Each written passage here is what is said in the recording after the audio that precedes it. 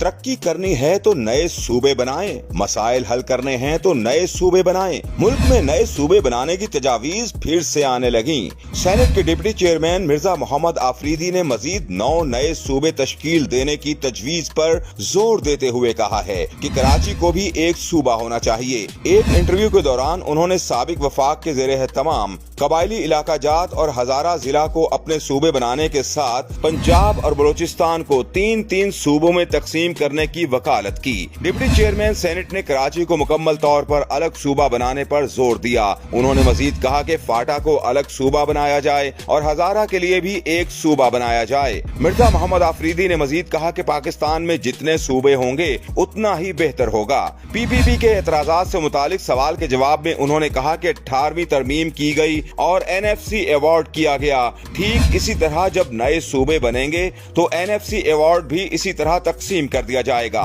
उन्होंने वजाहत करते हुए कहा कि अगर मज़कूरा सूबे बन जाते हैं तो वो NFC अवार्ड के तहत माली बजट में से अपना हिस्सा वसूल करते रहेंगे।